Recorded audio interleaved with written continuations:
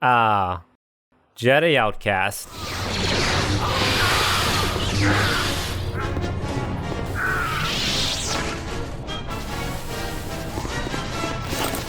A game most fans remember for one and one single thing.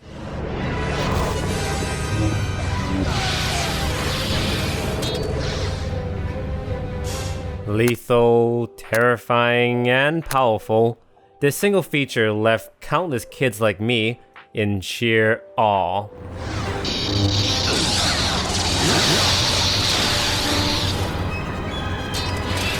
It was such a childhood favorite of mine. The moment I finished playing Jedi Fallen Order some time ago, I naturally wanted more! And where better than to revisit Jedi Outcast. So I popped the game in and, you can probably tell by the title. A clickbaity title if I don't say so myself. So what makes Jedi Outcast a nightmare to enjoy again? Is it because you don't get your lightsaber until 2/3 into the game? Something people often bring up? Well, I think there's a problem that goes beyond just not having a lightsaber, because the nightmare continues even after you get it.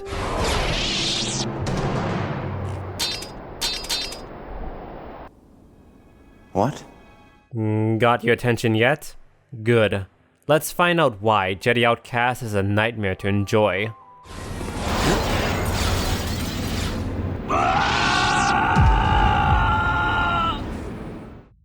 Let's start from the very beginning and set the mood for the Jedi Outcast experience. The game starts us off by setting up a mystery plot. I bring troubling information about your mission on Kejim. I hate it when you say troubling. Followed by a hectic and exciting firefight sequence. So in 5 minutes, the game's got my attention so far with the mystery angle and the fast-paced shooting. But little did I know, things would go downhill the moment we went down the elevator. You come across a locked door, and you'd assume it's probably easy to find a way in, since we're only 5 minutes into the game, right?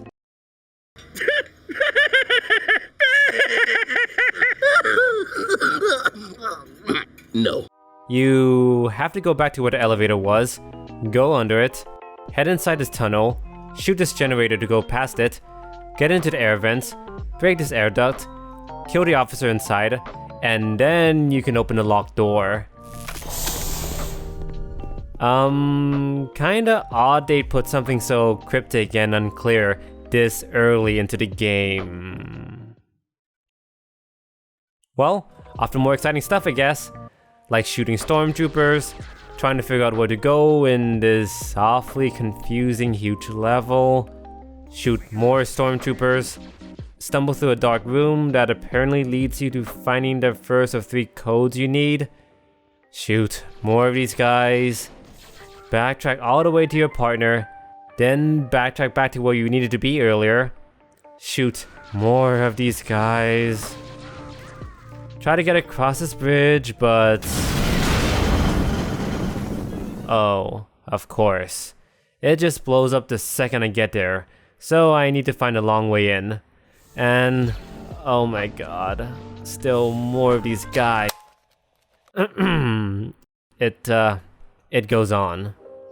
In summary, you've got mindless, repetitive shooting, headache-inducing levels, busy work, and this first level, is 50 minutes long. The second mission on this planet is shorter, but it just has the same issues from before. And I'm just not interested in listing every example I come across, just for the sake of brevity. After over an hour on this planet, we finally end and learn that the Empire was experimenting on these saber-resistant crystals. So we head over to the planet of origin to stop the harvesting and save the imprisoned colonists. Okay, saving people. I'm up for saving the powerless. If only I knew what we would be doing instead. Because besides carrying over the same problems from before, you spend most of your time here just wandering the mining facility, not the prison facility where the prisoners are. No, you're nowhere close to the prisoners. It takes like 90 minutes to finally free them. And despite how miserable this whole planet was,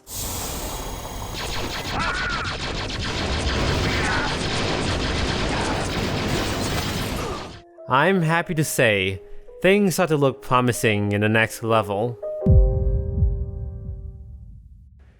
Now, what I like about this mission are two specific scenes. The first being the very beginning. You got the colonists pinned down that you have to save, but instead of wasting your time and taking forever to get to the point like before,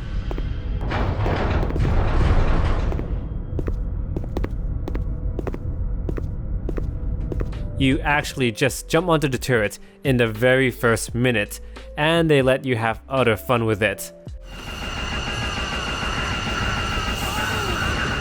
Straight to the point, there's tension, and you have me caring about what I'm doing. Great. But that's not all. The second thing I like about this mission is that it throws a curveball at you in the form of this guy, the villain, Desan, who captures your friend and taunts you to defeat him. It's you with a blaster versus him with a lightsaber. Take her. And no, it doesn't play out like that scene in Indiana Jones. No, this happens. Efforts are in vain. What a pathetic attempt. You unsurprisingly lose, and the son orders his apprentice to murder your friend. On second thought, Tavion, kill her. Dad! He then leaves you to wallow in despair, and now Kyle is filled with revenge. You want a worthy adversary? I'll give you a worthy adversary. Oof. 3 hours in, and we finally have drama. No more stale military objectives. Oh no, it's personal now. You head to the Jedi Academy to get your lightsaber, and given how tense and traumatic the last mission was, the temple is calming and soothing. It all feels appropriate, a nice breather after everything from before. You don't even fight anyone here. You're just here solving straightforward puzzles with your basic force powers. You eventually get your hands on a lightsaber, and you're probably going, "Aw yeah, we're gonna be hacking and slashing stormtroopers, right? And getting our revenge on Desan for killing Jan." Tracked down the registry of Desan's ship to a Rhodian named Relo Baruch. He claims to be an honest garbage hauler, but he's really one of the most powerful criminal kingpins in all of Nar Shaddaa. A garbage collector? We're going after some garbage collecting gang lord? After all that setup emotions and drama, we're going on some side quest that's barely tethered to the main plot? Okay, well, taking on some gangsters with the Force and lightsaber still is gonna be fun and easy, right? Sure, no problem. I have no idea how on earth they could have dropped the ball. Dropped it so hard. Oh, but you're just going up against some garbage collecting gangsters. How hard can they be? I mean, they're not the Empire.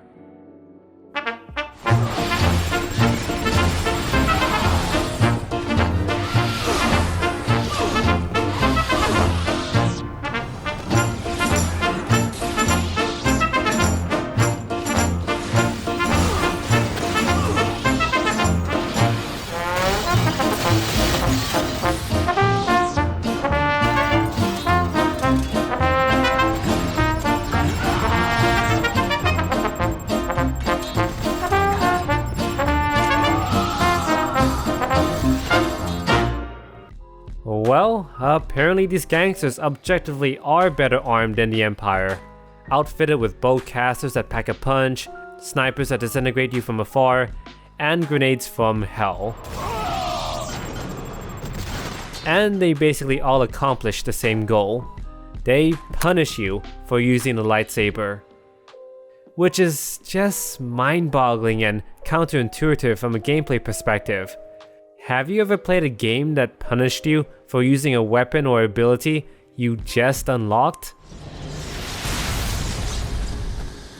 That sounds like something you would avoid after learning game design 101. So, do you want to know why you feel so disempowered here with your lightsaber? And why the emotional narrative whiplash? Looking for something? Well... The thing about Nar Shaddaa, if I remember correctly, that was supposed to be before you get your lightsaber. Yeah. Nar Shaddaa originally wasn't supposed to come right after you got your lightsaber. Which explains why you often had to switch back to your blasters. That and why there's an emotional whiplash, going from despair, revenge, character empowerment, and then hunting down this garbage collector. Making money, of course.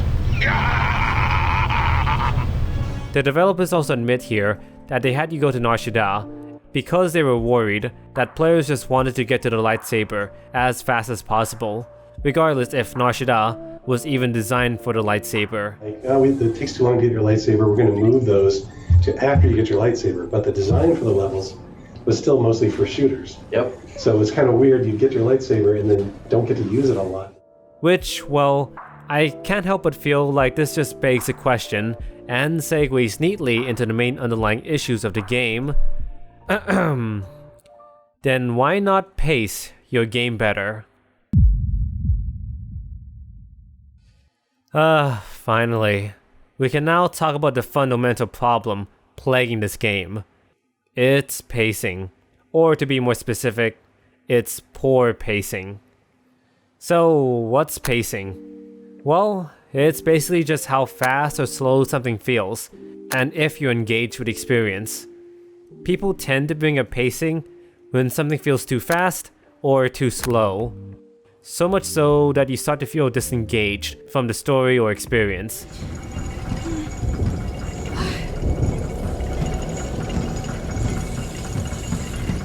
These tend to fall under bad pacing. So, what's good pacing? You see, it's when you actually don't notice it. Yeah, that's really it. Good pacing is usually when you don't notice how fast or slow something is, because you're usually too invested and engaged to look away and lose interest. Now, there's a lot more to pacing, but it's beyond my scope or understanding. I'm just giving the bare minimum explanation. If you want to know more, especially in regards to games, I recommend this video by Brackeys. He argues that good pacing is making sure games never feel too easy or too hard, and that games should keep things feeling fresh by changing up the gameplay here and there, like new weapons, enemies, locations, maybe even different gameplay sequences like stealth or climbing, and more. In short, provide a decent challenge and don't feel repetitive. As for the narrative, basically, you just want to keep people feeling invested in the story and characters. Something emotional, compelling, interesting, purposeful to drive the experience. You want to have people feel emotionally attached to what or why the characters are doing something. And I think it's safe to say that Jedi Outcast bungled a lot of these things. Repetitive, difficulty spikes, levels that go on too long, and the story just making it so hard for me to care about why I'm even pushing through all this slog. Some other things that don't benefit the pacing.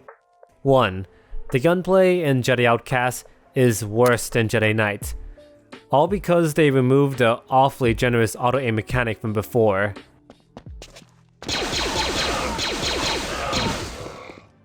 Great shot, kid! That was 1 in a million! So you'll be doing a lot of this instead.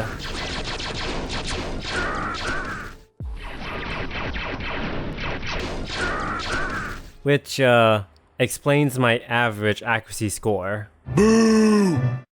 2. The insane amount of snipers on Nar Shaddaa is just so mind-boggling.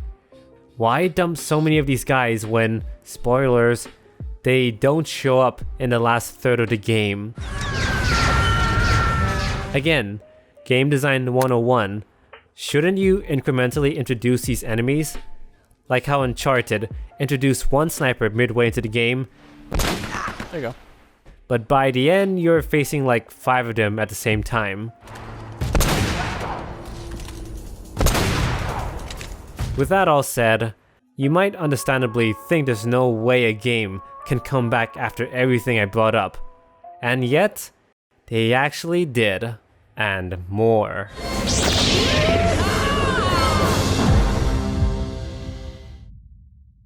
The last act in a game, the last 3 or so hours, is so good. It's so damn good. The game begins its redemption arc when you meet these guys again. Damn helmet. Yep, it's our favorite space fascists, everyone. Thankfully, they're never as frustrating or overpowered like the gangsters. And I like it that way, if you ask me.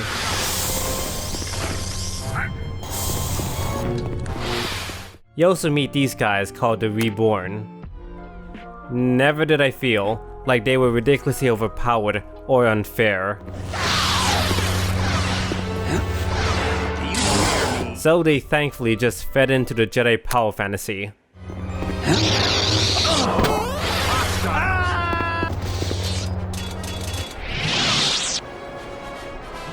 You eventually fight the Big Bat's apprentice. You know, the one who killed Jan off screen. Which means there's actually weight to this fight.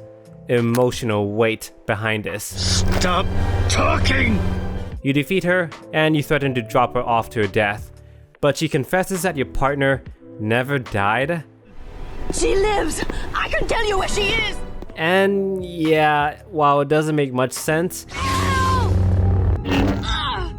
it's not a deal breaker, and I'm just glad that Kyle is actually on a personal journey and driven to save his friend. You let the apprentice go, and you head to some Imperial base. Now, you thought the stuff earlier was great. It gets better here. 1. You have awesome set-piece moments in the last 2 hours of the game. Like teaming up with Luke Skywalker to fight off the Empire. You can send stormtroopers into the cold vacuum of space.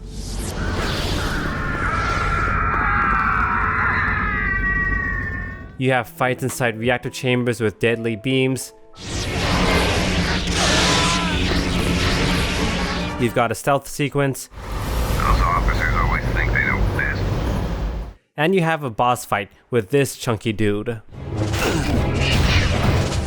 Number 2. The game introduces new enemies, but they never feel too tough or too easy. Like slightly better armed stormtroopers, tougher reborn warriors, and even shadow troopers. As for the story, you're here to rescue Jan. Maybe. There's a chance Jan may still be alive on the Doomgiver. But also stop the Empire from launching a surprise attack on the Jedi Temple. So you've got a personal goal and a big picture conflict.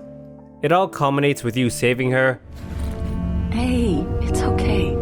I'm happy to see you too.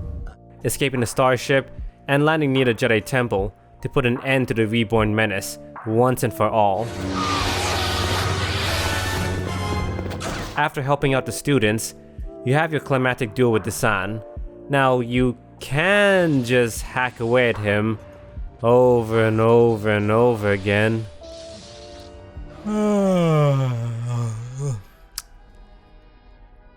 Or you can send this pillar tipping over and squishing the thick lizard boy. Way more satisfying if you ask me. You didn't leave his body for some poor Padawan to clean up, and you get your happily ever after ending. Thanks, and may the Force be with you, Luke. And that's Jedi Outcast, which ends on a pretty damn good note, thanks to how well paced it is. Now, is the third act perfectly paced? Yeah, no. The third act does go on a bit too long, when I think about it. Like, maybe 50 or so minutes too long. There are sequences here that seem to have no real narrative purpose and are just here to look cool or pad out the game.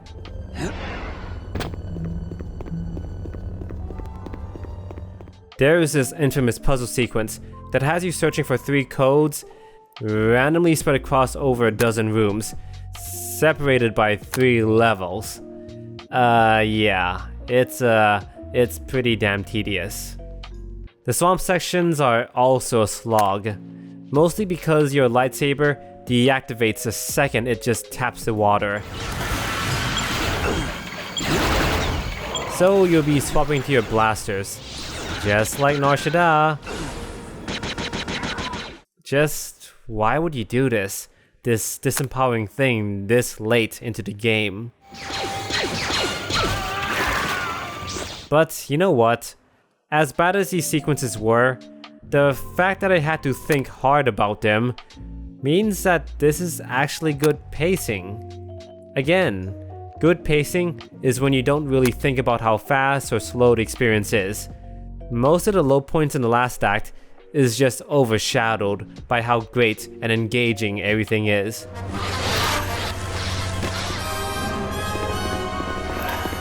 For the most part. So with that, let's wrap up this video and answer the remaining questions I have. Can 1/3 of the game redeem the other 2/3 of the experience? I mean, unless you're like a die-hard Star Wars fan or some reviewer or Let's Player who's obligated to finish a game, I honestly find it hard to imagine anyone enduring about 5 or so hours of poor pacing just to enjoy the last 2 or so hours, even if it's really damn good. Heck, these two recommend just using cheat codes to skip to the last act just to get to the juicy lightsaber bits when you face the Empire and Reborn. Use the cheat code to skip to like level 4, and so skip that one too. And then again, it gets really good. How many hours in? Like 4, 5. Okay. Starting levels so bad. Sorry. If I had to visually represent how engaged I was, and how loose or tight the flow of the game was, yeah, it would look like that. The first 2/3 of the game being incredibly exhausting and just unfun to play, with a small bump in the very first act, the bit with Desan. And of course, the third act just had me so engaged till the very end. Looking back, if there was such a thing as an editor for video games, which there should be, I definitely would have liked if the first act only lasted an hour. There's just so much fat that could have been trimmed off. And yeah, I would have just cut out Nar Shaddaa entirely. And then taken the fight to the Empire when the raw emotions were still high. Dad! Now, if you want to know why the pacing is as bad as it is, apparently one of the lead developers, as recently as last year, said, "We knew Jedi Outcast was special. At the time though, we only had 11 months to do it. We feel pretty good about the time we had and what we got done." Brian Raffle. Well, that sounds like the culprit then. They had less than a year to put out a game. And sure, it's impressive they put out this game in such a short amount of time, but I think you can tell they mostly tightened up everything by the third act. Good advice, Jedi. Makes you wish the developers got a second chance to put out an incredibly well-paced Jedi Knight game from start to finish, huh? Yeah, I can't wait to gush about that.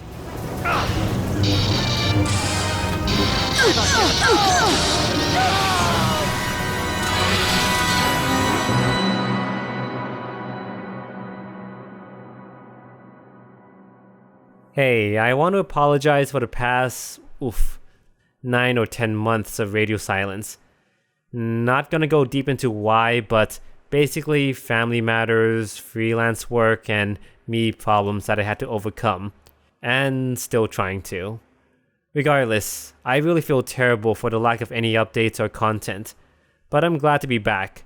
And getting this video out, which took way too long to produce, should hopefully get me back on track. I want to thank my Patreon supporters, LD Claudius and Nati, for backing me. I'm gonna do my best to live up to my future commitments. Fingers crossed.